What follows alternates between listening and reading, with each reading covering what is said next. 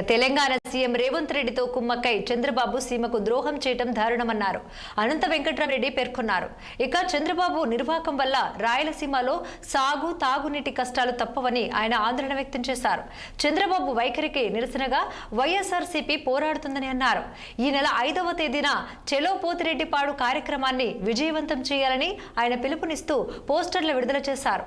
తిరుపతి లడ్డూలో ఎలాంటి కల్తీ లేదని సుప్రీంకోర్టు ఏర్పాటు చేసిన సిబిఐ సిట్ స్పష్టం చేసినప్పటికీ ప్రజలను తప్పుదోవ పట్టించేందుకు అసత్య నిరూపణలు ఇక చేయటం దురదృష్టకరమన్నారు.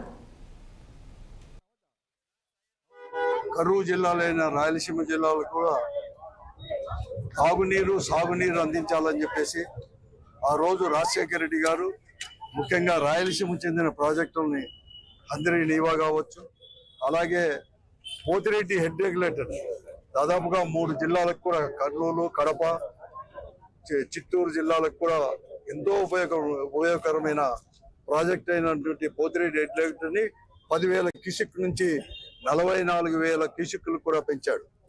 కానీ జగన్మోహన్ రెడ్డి గారు ముఖ్యమంత్రి అయిన తర్వాత మరొక మారు కూడా ఈ రాష్ట్రం విడిపోయిన తర్వాత తెలంగాణ ప్రభుత్వం అనేది కూడా అనేక రకాల కూడా శ్రీశైలం ప్రాజెక్టుల్లో 800 అడుగుల నుంచి కూడా నీటిని కూడా తోడి వేస్తూ ఉంటే ఏదో రకంగా కూడా ఈ రాయలసీమ ప్రాంతం కూడా కాపాడాలని చెప్పి సాగునీరు కూడా అందించాలని చెప్పేసి పోతిరెడ్డి హెడ్ రెగ్యులేటర్ ని 44,000 క్యూసెక్ల నుంచి 80,000 క్యూసెక్లు కూడా పెంచేదే కాకుండా పోతిరెడ్డి పాటు యొక్క కాలువని అలాగే పంపింగ్ సిస్టమ్ కూడా 800 అడుగులకు మాత్రమే పనిచేసి కూడా 3,707 కోట్ల రూపాయలతో పనులు కూడా ప్రారంభించడం కూడా జరిగింది.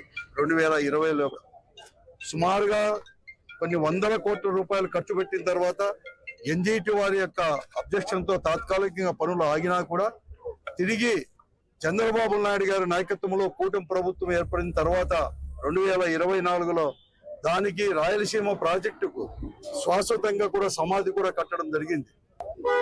కరూరు జిల్లాలైన రాయలసీమ జిల్లాలో కూడా తాగునీరు సాగునీరు అందించాలని చెప్పేసి